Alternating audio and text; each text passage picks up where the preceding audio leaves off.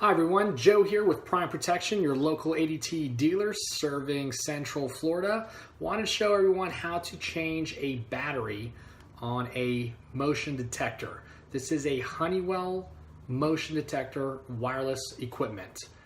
So anyways, let's get started. Right at the top here, this should be mounted on a corner on your wall, but to be able to change the battery, there's a tab right here. You go ahead and push that down. Sometimes you have to use like a flathead screwdriver, but I was able to do it. I just kind of got in the crevice there and pried it open. So you do that. I don't have a battery in here right now, but basically it takes a CR123 battery. Again, that's a CR123 battery. It'll let you know which way is positive and negative. So obviously put the positive up, slide it on in, really good to go. Now when you get it back in, there's these tabs right here.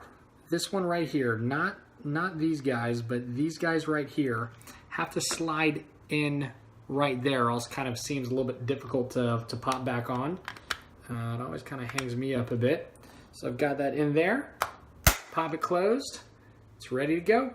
Hope you guys learned something. And again, this is Joe with Prime Protection. We'll have plenty more videos coming. Thanks.